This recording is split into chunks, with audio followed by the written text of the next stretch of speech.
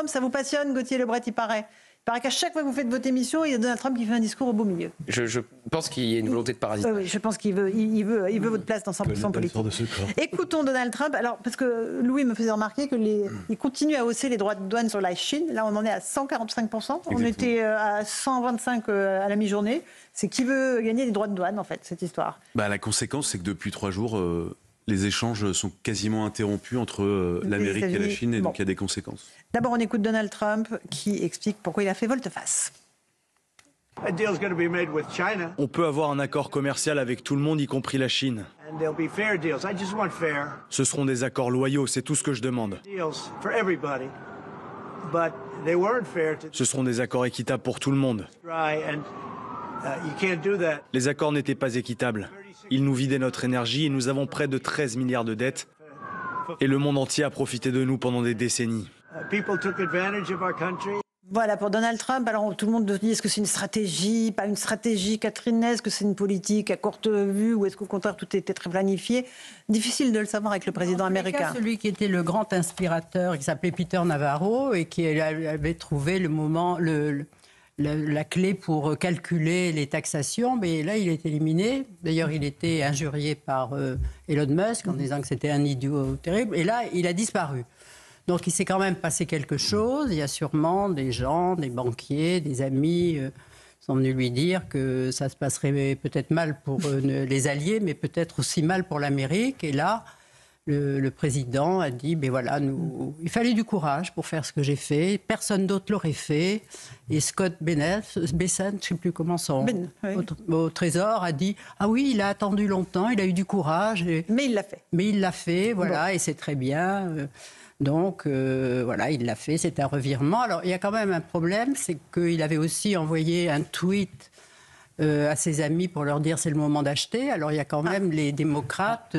qui soupçonnent un délit d'initié. Oui, un délit d'initié. Donc, d'ailleurs, c'est la seule façon pour eux de sortir un peu de l'impasse dans laquelle moment Voilà. Et quant aux Chinois, il les a insultés. Il a dit que c'était des grands prédateurs. Et ils en sont à 145%. Voilà, les grands truands de l'histoire à l'origine du Covid. Mais je pense qu'ils réfléchissent, ils ont envie de passer un deal avec nous. À l'origine du Covid. Allez, bim. Patrick Martin-Jeannier, rapidement. Stratégie bien établie de Trump. Il met un grand coup de massue et après il négocie, c'est ça la technique? Il n'a aucune dimension d'homme d'État. C'est un homme, ce qu'on appelle en anglais un businessman. Donc un homme d'affaires, il veut négocier des choses. Il croit que c'est un excellent négociateur. Il donne un coup de pied dans la fourmière et il veut bien ce qu'il en retombe. Et donc effectivement, c'est du harcèlement international, y compris sur ses alliés. Et donc, comme cela vient d'être dit, entre la Chine et les États-Unis, c'est plus de 80% du commerce qui était affecté avec les taux de 125%. On peut dire effectivement qu'aujourd'hui, le commerce entre les deux pays, qui sont, je veux dire, imbriqués sur le plan commercial, tant la dépendance des États-Unis est importante vis-à-vis de la Chine, bien évidemment que cela ne va pas pouvoir continuer, parce que ça a augmenté considérablement les prix aux États-Unis. Il va être obligé de reculer, quoi qu'il en soit. Absolument. Et on rappelle aussi que la dette américaine est détenue en grande partie par la Chine. Gauthier, là-dessus? C'est quand même... Alors, il y a deux théories, effectivement. Celle du délit d'initié, il a fait exprès pour laisser les investisseurs américains acheter plein d'actions au moment où tout dégringolait. Et puis, il y a l'autre théorie. À la Maison-Blanche, c'était clivé. Vous aviez vraiment l'équipe qui était pro-taxe douanière et l'équipe qui était anti. Et d'ailleurs, le conseiller économique de Donald Trump a été qualifié, qui était pro-taxe douanière, de crétin par Elon Musk. C'est M. Navarro. Il y a quelques jours. Donc, il y a ces deux théories. Soit il a fait exprès en sachant que le nombre d'Américains pourraient faire main basse sur des actions à très bas coût et il savait qu'il allait reculer. Soit au sein de sa propre administration, il y avait un tel clivage et face au marché, surtout, il ne pouvait pas continuer sur cette voie-là. Alors, en tout cas, il y a quelques bonnes nouvelles. C'est d'abord le prix du baril qui continue de baisser. Ça, c'est bon pour les automobilistes. On va écouter peut-être quelques réactions de ceux qui vont faire leur plein en ce moment et qui se félicitent de ce prix du baril à la baisse. Écoutons-les. Ça va nous permettre d'économiser sur certains points et forcément le carburant, quand on s'en sert des véhicules tous les jours, c'est quelque chose qui va nous permettre d'économiser. Ouais. On croise les doigts pour que ça soit sur le long terme. Moi étant étudiant, il y a une grosse différence. Oui. Une baisse légère mais pas énorme. Voilà. Combien vous diriez? De 20 centimes, oui, plus ou moins. C'est l'aspect positif des choses, Eric Nolot. C'est toujours bon à prendre. Après, comme disent les Américains, si on regarde la big picture, en fait, la grande photo. La grande photo, enfin, si on agrandit la perspective pour parler français, l'imposition de droits de douane, c'est pas bon pour nous parce que ça concerne quand même des secteurs qui sont très importants à l'exportation en France. Donc ce qu'on va gagner d'un côté, je crains qu'on ne perde beaucoup plus de l'autre. J'en suis même sûr mathématiquement. Oui, Louis Dragnel, là-dessus, sur à la fois l'aspect français, et les Français sont très attachés à leur pouvoir d'achat, et international. Mais sur l'aspect international, à tous ceux qui en doutaient encore, ça montre à quel point la suprématie américaine est phénoménale, puisque tout le monde est suspendu aux décisions, au changement de pied de Donald Trump, et tout le monde adapte son plan de réaction. Et ça, je trouve que c'est assez frappant.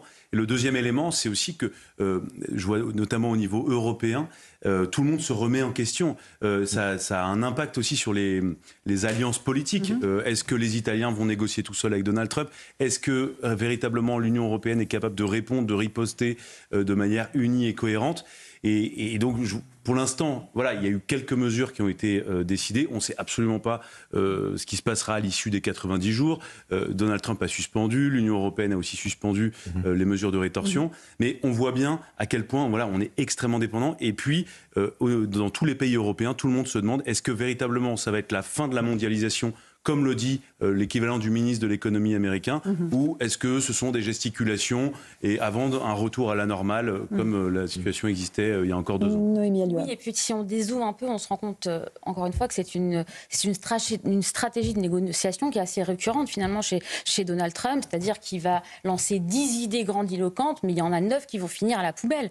Souvenez-vous de son idée de la French Riviera sur la bande de Gaza, il avait un grand projet immobilier, il avait même fait une sorte de vidéo avec l'intelligence artificielle qu'il avait publié sur ses réseaux sociaux. Qu'en est-il aujourd'hui? Alors il en parle très rapidement, mais on se doute vraiment que ce projet va voir le jour. Ou même avant qu'il soit élu, souvenez-vous aussi, il avait annoncé tambour battant qu'il allait mettre fin à la guerre en Ukraine en 24 heures. Donc il faut toujours prendre avec des pincettes ce qu'il annonce. C'est pas forcément ce qu'il fait ensuite. D'autant que là, il y avait des conséquences intérieures pour lui. Il y aurait eu un prix politique qu'il aurait dû payer. C'est-à-dire que c'est pas simplement des conséquences pour le reste du monde. Il y aurait eu des conséquences pour lui, pour sa popularité au sein même des États-Unis, puisque souvenez-vous, il a été lui-même élu sur l'idée d'un pouvoir d'achat élevé, sur une baisse des prix. Or, évidemment, la conséquence directe de cette augmentation des taxes douanières, ça aurait été l'augmentation des prix et la baisse du pouvoir d'achat. Donc, de toute façon, même lui, y compris d'un point de vue intérieur, ça lui aurait posé des problèmes. Donc, est-ce que toutes ces questions-là, il se les posait avant et il avait la grande stratégie avec 10 coups d'avance,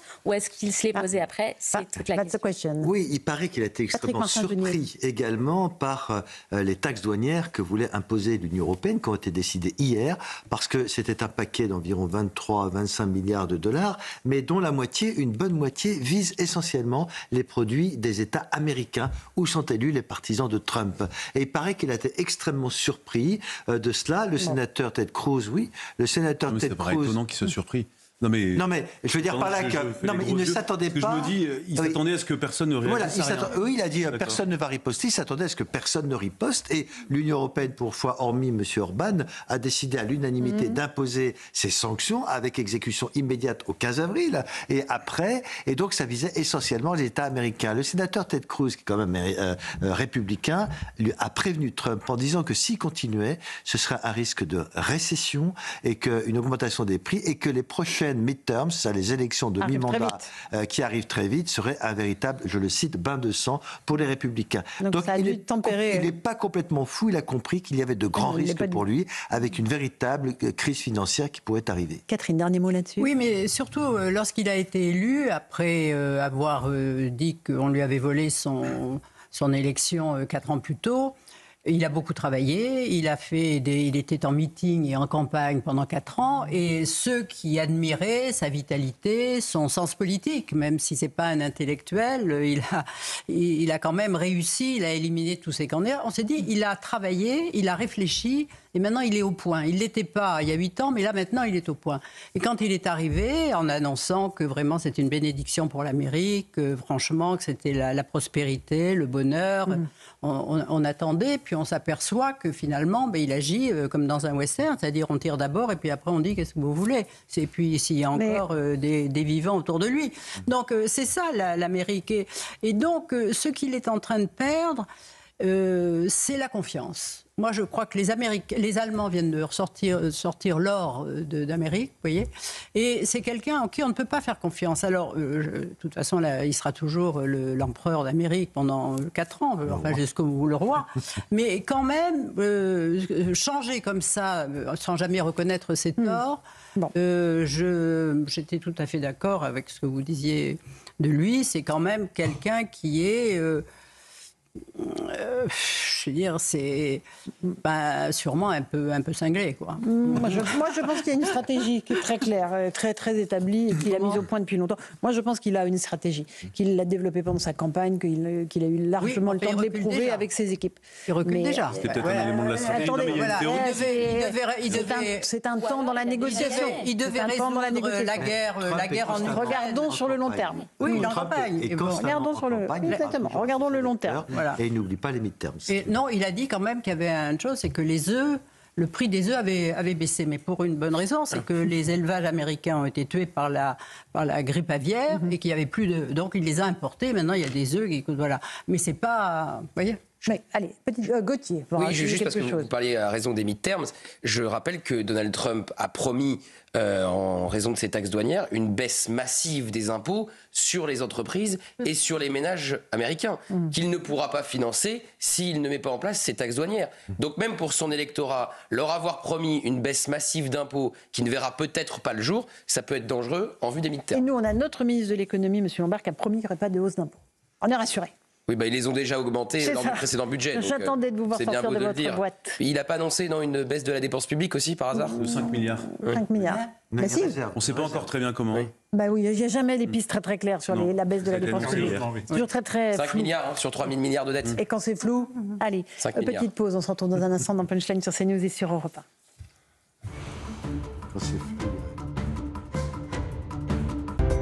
Catherine et Louis de Ragnel. Nous avons le plaisir d'accueillir Luc Ferry. Bonsoir, mon cher Luc Ferry. Bonsoir, chère Laurence. IA, grand remplacement aux complémentarités, c'est votre livre aux éditions de l'Observatoire. C'est au cœur de l'actualité en réalité. Mon cher Luc, américaine notamment, parce que évidemment tous ces enjeux de la tech sont au cœur aussi de ce qui s'est passé et de cette volte-face de Donald Trump, qui cette nuit a annoncé que les droits de douane qu'il comptait imposer au monde entier disparaissaient pendant 90 jours. Alors vous nous avez écoutés depuis le début de l'émission et vous nous dites ce n'est pas du tout un revirement. Il a une stratégie bien établie. Ah oui, j'en suis absolument convaincu. Alors après, moi, je suis plutôt... je suis un vieux gaulliste, donc je suis républicain à l'achevènement en politique, mais je suis totalement libéral en économie. Donc je pense que le protectionnisme est toujours perdant à terme, mais je pense que c'est évidemment totalement prévu. En plus, c'est sa tactique depuis toujours. Il commence par vous coller un uppercut à l'estomac, vous rendre quasiment malade à vomir, et après, il discute. Il a fait la même chose avec la Colombie, avec le Mexique, avec Zelensky. Il l'a insulté dans le bureau Oval, après il lui serre la main. Et en fait, s'il y a rétropédalage, c'est l'Union européenne qui a immédiatement supprimé ces menaces de réciprocité, qui d'ailleurs portaient sur des trucs assez grotesques. C'était le soja, le poulet et les Harley Davidson. Bon, c'était à pleurer de rire. Bon. Si c'est ça, Louis. Non, la liste était un peu plus longue. C'était poulet, soja et moto. C'était les 3 principaux. Et donc, c'était assez grotesque. Évidemment, l'Union européenne l'a retiré tout de suite, et je vous dis pourquoi, contrairement à la Chine, parce que la tech est américaine. Et donc il y a un très bon article de Gilles Babinet, si vous ne l'avez pas lu, je vous le conseille, qui est sur la nécessité du réarmement de l'Europe sur le plan numérique, et dans lequel il explique notamment, il y a à juste titre, je trouve ça très bien parce que je dis la même chose depuis des années, c'est qu'on s'est mis pieds et poings liés dans la main des Américains en laissant la tech partir intégralement aux États-Unis. Prenez juste l'exemple de Microsoft Outlook 365, il suffirait que Microsoft le retire aux Européens pour qu'on soit dans les choux, que 80% des entreprises européennes et des administrations soient dans les choux. Et par ailleurs, ce qui est quand même dingue de chez dingue, c'est que la Suisse, l'Allemagne, la Pologne et le Danemark continuent à acheter des F-16 et des F-35. Les commandes ne sont pas annulées. Voilà. Ils sont bourrés de lignes de code numérique. Ils ont rien d'autre. Ils n'achètent pas des Rafales pour autant. Ils vont peut-être annuler. Les Allemands veulent annuler, mais en tout cas, pour l'instant, c'est pas fait. Mais jamais ils achèteront un Rafale pour autant, qui du reste ne servirait absolument à rien, parce que l'environnement numérique, nous ne l'avons pas. Nous n'avons ni l'équivalent de Starlink, ni des drones équipés, ni des armes guidées par l'IA, rien de tout ça. Et donc Trump, évidemment, joue là-dessus. Évidemment qu'il sait, bon, il n'est pas débile mental, il faut arrêter. On peut le trouver odieux, insupportable, brutal, menteur pathologique, tout ce que vous voudrez, pervers narcissique certainement. Mais il sait très bien qu'il y a de l'inflation et la dette américaine étant environ 10 fois pire que la dette française, il sait très bien que les taux d'intérêt vont monter, il sait très bien que l'argent qui finance la dette américaine vient en partie de la Chine. Tout ça, il le sait. Donc tout ça est fait exprès. On tape d'abord très très fort et ensuite on négocie. Et encore une fois, 76 pays négocient aujourd'hui avec lui, donc il a gagné. Et l'Union européenne retire ses menaces et va négocier avec Trump. Donc, et c'est pas terminé, parce que ce n'est que pour 90 jours qu'il suspend ces menaces. Bien sûr. Alors après, la question de savoir si ça va réussir ou pas, là, question économique de fond, moi je ne suis pas pour le protectionnisme. Je pense que ça rate toujours. Mais en tout cas, ne croyons pas que le type est débile mental et complètement cinglé. C'est pas le cas. Oui. Catherine Ney, là-dessus, vous avez une... oui, moi je ne dis pas du tout qu'il est débile mental. C'est pas un intellectuel, dit d'Ampalé, mais c'est pas parce qu'il n'a pas lu de livre qu'il n'est pas intelligent et qu'il a un sens politique très aigu. En tous les cas, son parcours montre qu'il a écrasé tout le monde et qu'il a non seulement été élu, mais réélu. C'est un politique, mais il n'empêche qu'il donne des coups de volant tellement brusques pour après changer. Alors, c'est-à-dire où ça nous mène. On verra dans 90 jours. Enfin, c'est quand même. C'est ça qui est inquiétant. Oui. Voilà. Non, la pire taxe, si je peux me permettre, c'est pas la taxe de 20% ou de 10%. C'est pas ça la pire taxe. La pire taxe, c'est le fait qu'on ne sait pas où on va. La consommation s'arrête, la production s'arrête, les entreprises s'arrêtent, et c'est ça la vraie taxe pour nous. Et donc notamment pour les PME. En même temps, ce que montre Trump, c'est le contraire de ce qui se passe en Europe, c'est que la politique existe.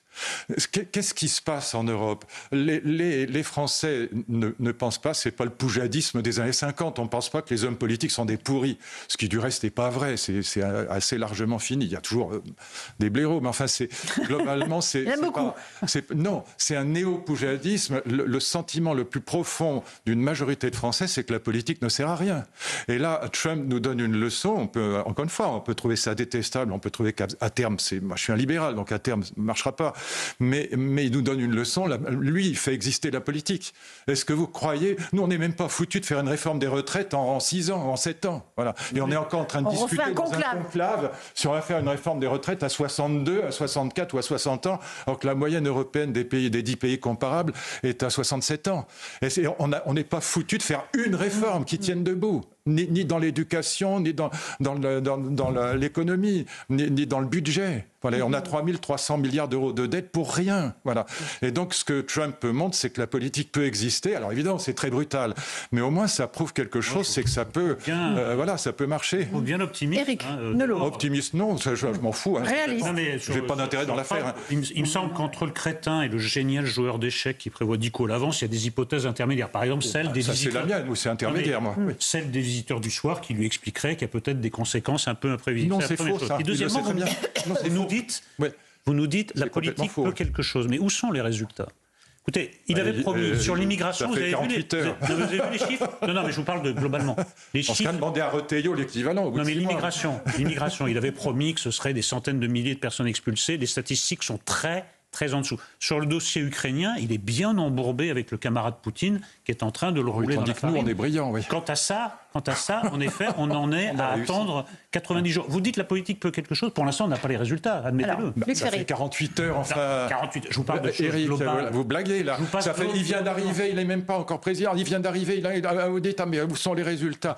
Je dis, c'est comme le Front National qui demande à Retailleau où sont les résultats. C'est ridicule. J'avais réglé la guerre russo-ukrainienne en 24 heures. Mais vous l'avez cru ?